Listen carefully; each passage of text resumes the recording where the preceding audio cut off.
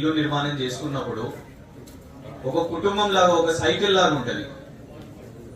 Buyer కొనుగోలు చేసే వాళ్ళు, అమ్మేవాళ్ళు, లేకుంటే దానికంటే ముందు లేఅవుట్ వేసిన వాళ్ళు, దానికి పర్మిషన్స్ ఇచ్చిన వాళ్ళు, ఎలక్ట్రిసిటీ డిపార్ట్మెంట్ కానివ్వండి, వాటర్ డిపార్ట్మెంట్ కానివ్వండి, స్థానిక ఎంఆర్ఓలు కానివ్వండి, ఆర్డీఓలు కానివ్వండి, లేకుంటే మనం లోన్ తీసుకునే బ్యాంక్స్ కానివ్వండి. అంటే ఇంత ఒక సిస్టమ్ లో దానికి అప్రూవల్స్ వచ్చిన తర్వాత ఇల్లు నిర్మాణం చేస్తే ఇవాళ ప్రభుత్వం ఏమంటది, ఇది నిషేధిత భూములు అని చెప్తారు.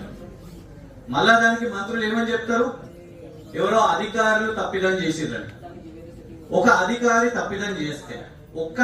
తప్పిదం చేస్తే, సిస్టమ్ మీద తప్పిదం చేస్తే, ఆ భూ హారతిలో తప్పిదం చేస్తే ఎంత నష్టం జరుగుతుంది? ఒక్క మండల్ రెవెన్యూ డివిజన్ నష్టం జరగాలి. కానీ ఇవాళ ఏం జరుగుతున్నది, మొత్తం రాష్ట్ర వ్యాప్తంగా జరిగింది. అంటే ఎంతమంది అధికారులు కలిసి మాట్లాడుకొని చేసింది అన్నట్టు. ప్రతి ఒక్క రాష్ట్రంలో ఉన్న ప్రతి ఒక్క ఎంఆర్ఓ, నేను ఈ తప్పు చేస్తున్నా, నువ్వు ఈ తప్పు చేయి, నువ్వు ఈ తప్పు చేయాలి. ఇక్కడ బోడుప్పల్ నుంచి మొదలు పెట్టుకుంటే రాష్ట్ర వ్యాప్తంగా కరీంనగర్, రంగారెడ్డి, సంగారెడ్డి, మా కంటోన్మెంట్ అంతటా మాట్లాడుకుంటారా? ఏమన్నా చెప్పే దాంట్లో సహేతుకత, జస్టిఫికేషన్, సైంటిఫిక్ రీజనింగ్ ఏమన్నా ఉందా? ఇవాళ అధికారులు కూడా ఆలోచించాల్సిన అవసరం ఉన్నది. సింపుల్ గా ప్రభుత్వం ఏం చేస్తుంది, బట్టగాల్చి అధికారి మీద వేసేస్తుంది. ఇది అధికారి కాదు, తీసుకున్న నిర్ణయం ప్రభుత్వమే. ఒక సినిమా గుర్తు చేస్తాను మీకు. పోకిరి సినిమాలో, మహేష్ బాబు గారి సినిమాలో, అందులో పోలీస్ ఆఫీసర్ ఉంటాడు. ఒక రౌడీ షీటర్ ఫోన్ చేస్తాడు. ఫోన్ చేసి అన్న సెటిల్మెంట్ కోసం రా అని చెప్తాడు. ఒక బిల్డర్ ఉంటాడు. ఆ బిల్డర్ ని కూడా ఫోన్ చేసి, రౌడీ షీటర్ నేను బెదిరిస్తున్నాడా, 50 లక్షలు అడుగుతున్నాడా, నువ్వు రా అని చెప్తాడు. పిలిచి ఏం చేస్తాడు, ఆ రౌడీ షీటర్ ని కాల్చి చంపుతాడు. అక్కడ ఉన్న కానిస్టేబుల్ ని కూడా కాల్చి చంపుతాడు. అప్పుడు ఈయన బిల్డర్ ఉండి, సరే ఆ 50 లక్షలు ఏదో నువ్వే తీసుకో అంటే, కాదు 50 లక్షలు కాదు, నాకు ఇలా షేర్ కావాలి అని అంటాడు. అంటే సమస్యను పెంచిన వాళ్ళే మళ్ళా తర్వాత సమస్యను పరిష్కరించాలి అంటే మా దగ్గరకు వచ్చి మీరు కలవాలి అని అంటున్నారు. కలవాలి అన్నప్పుడు ఏమైతుంది, ఆనాడు కేసీఆర్ గారి ప్రభుత్వంలో టీఎస్ ఐపాస్, టీఎస్ బీపాస్ వినుండొచ్చు. మీరు పరిశ్రమ రావాలంటే డిజిటల్ లో మీరు చేయండి, నేరుగా మీకు 15 నుంచి 21 రోజుల లోపు మీకు అనుమతి వస్తుంది. ఎందుకు చేసినది అంటే, మీరు ఏ రాజకీయ నాయకుడిని కలవాల్సిన అవసరం లేదు, ప్రభుత్వ ఉద్యోగులను కలవాల్సిన అవసరం లేదు. నేరుగా మీకు ఏం పర్మిషన్స్ కావాలో మీరు అది చేయాలి. ఆ తర్వాత టీఎస్ బీపాస్, ఇల్లు నిర్మాణం చేసుకోవాలనుకుంటే డీమ్డ్ పర్మిషన్ 15 to 21 days. ఆ టీఎస్ బీపాస్ నేరుగా, ఎందుకు మీరు పోయి ఏ అధికారుల జేబులు నింపాల్సిన అవసరం లేదు. కానీ ఇవాళ రివర్స్ అవుతుంది, డిజిటల్ కాదు, మీరు మమ్మల్ని కలవాలి, మంత్రులను కలవాలి, వాళ్ళ డిమాండ్స్ ని మీరు మీట్ చేయాలి, అంతే కదా ఇప్పుడు అర్థం.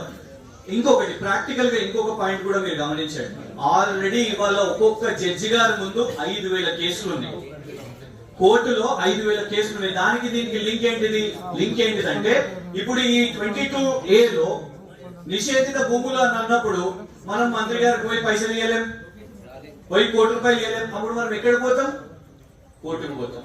కోర్టుకు పోతే కోర్టు మనం అనుకున్నట్టే ఇమీడియట్ గా అర్జెన్సీగా కేసు వస్తుందా, కోర్టులో రాదు. ఇప్పుడు మా మీద ధర్నాలు, నిరసనలు చేసే కేసులు 2016, 15, 14 అయిన కేసులే ఇప్పుడు ట్రయల్కి వస్తున్నాయి. మరి ఈ కేసులు ఎప్పుడు రావాలి?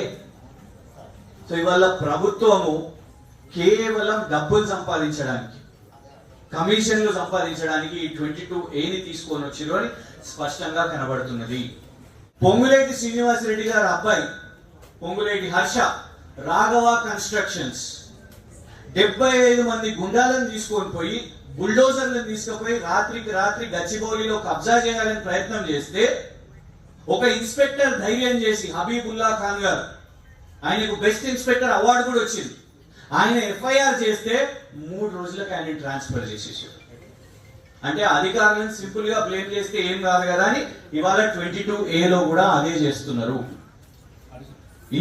ఇన్ని వ్యవస్థలు పర్మిషన్స్ ఇచ్చిన తర్వాత మున్సిపాలిటీలు కానివ్వండి, కార్పొరేషన్లు కానివ్వండి, సబ్ రిజిస్ట్రార్లు కానివ్వండి, ఎంఆర్ఓలు కానివ్వండి, బ్యాంకులు కానివ్వండి, ఇవన్నీ కూడా పర్మిషన్స్ ఇచ్చిన తర్వాత ఇంకా మనం వెనక్కి పోతే ఇవాళ వీళ్ళు ఏం చేస్తున్నారు, 1954 అబౌవ్ ల్యాండ్స్, కాసరా రికార్డ్స్ అని అవన్నిటినీ వాళ్ళు తీసుకొని వచ్చి నీ కళ్ళ ముంగట నువ్వు ఇచ్చిన గ్యారెంటీలు ఉన్నాయి, డిక్లరేషన్లు ఉన్నాయి, హామీలు ఉన్నాయి, అవి చేయడం సాధన అయితే లేదు. కానీ వాటి గురించే నువ్వు ఇవాళ డిజిటల్ కార్డ్స్ ఇచ్చారు కదా, 6 డిజిటల్ కార్డ్స్. రాహుల్ గాంధీ గారు సంతకం పెట్టిర్రు, సోనియా గాంధీ గారు సంతకం పెట్టిర్రు. వాళ్ళందరూ సంతకం పెట్టిన హామీలు మాత్రం అమల్లో లేవు. కానీ ఇవాళ ఏమి పని లేనట్టు ఈ ప్రభుత్వానికి 1954 నుంచి రికార్డ్స్ అన్ని ఇవాళ తీసి ఇవాళ చేస్తాము అని అంటే దాని అర్థం ఏంటిది? భూదందా. ఇవాళ మీ అందరిని ఇబ్బంది పెట్టి హైడ్రాతోని ఇదే ప్రయత్నం చేశారు. కానీ హైడ్రా ఇప్పుడు విలన్ అయిపోయింది. ఓపెన్ గా గౌరవ కోర్టే తప్పుపట్టింది. ఎందుకంటే ఉదాహరణకు మూసీదే చూడండి, డిపిఆర్ ఇవాళ వరకు లేదు, డీటెయిల్డ్ ప్రాజెక్ట్ రిపోర్ట్ లేదు. నువ్వు ఎక్కడ ఏం కడతావు ఎవరికి తెలియదు. నచ్చినట్టు హైడ్రా వెళ్ళి ఏం చేసింది, మూసీ దగ్గర మార్కింగ్స్ చేసింది. డిపిఆర్ లేకుండా ఎవరన్నా మార్కింగ్స్ చేస్తారా? మార్కింగ్ వదిలేయండి, నిస్సిగ్గుగా పోయి ఇళ్లను కూడా కూల్చేసింది మూసీ దగ్గర. మనం చూసినాం చిన్న చిన్న పిల్లలు అక్కడ కూలిపోయిన ఇటుకలను వాళ్ళు అక్కడ పేరుస్తూ ఉంటే అవన్నీ వీడియోలు చూసినాం. అందరు ప్రశ్నించారు, రాష్ట్ర వ్యాప్తంగా ప్రజలు అందరూ మాట్లాడారు. ఇవాళ కోర్టే మాట్లాడింది, నువ్వు ఒక నోటీస్ లేకుండా శనివారం కాగానే నువ్వు ఎట్లా పోయి చేస్తావు. ఇప్పుడు హైడ్రా దగ్గర వసూలు కొంచెం తగ్గింది కాబట్టి కొత్త రూటు పట్టాలి. ఇవాళ అన్ని భూముల చుట్టే. మొన్ననే కేటీఆర్ గారు ఇంకొకటి ఎత్తారు. మీరు ఆలోచించండి, ముఖ్యమంత్రి గారు ప్రమాణ స్వీకారం చేసినప్పుడు ఏమని అంటారు? ఎలాంటి రాజీ పడకుండా, ఎలాంటి పక్షపాతం లేకుండా నేను ప్రజలకు సేవను అందిస్తానని వారు ప్రమాణ స్వీకారం చేస్తారు కదా. పక్షపాతం అంటే ఏంటన్నట్టు, వాళ్ళ కుటుంబ సభ్యులకు ఎలాంటి ఫేవరిజం చేయకుండా. కానీ అమెరికాకు పోతారు, సొంత తమ్ముని కంపెనీతో 1000 కోట్ల ఒప్పందం. ఇక్కడ దారుణం అది. ఒక 200 కోట్ల భూమి, ఆ కంపెనీ 1,00,000 రూపాయలతో మొదలైంది. 1,00,000 రూపాయలతో చూస్తే పటాన్చెరులో ఒక చిన్న ఇంట్లో ఉంటది కంపెనీ రిజిస్టర్డ్ అడ్రస్. చైర్మన్ ఎవరు అంటే సొంత తమ్ముడు.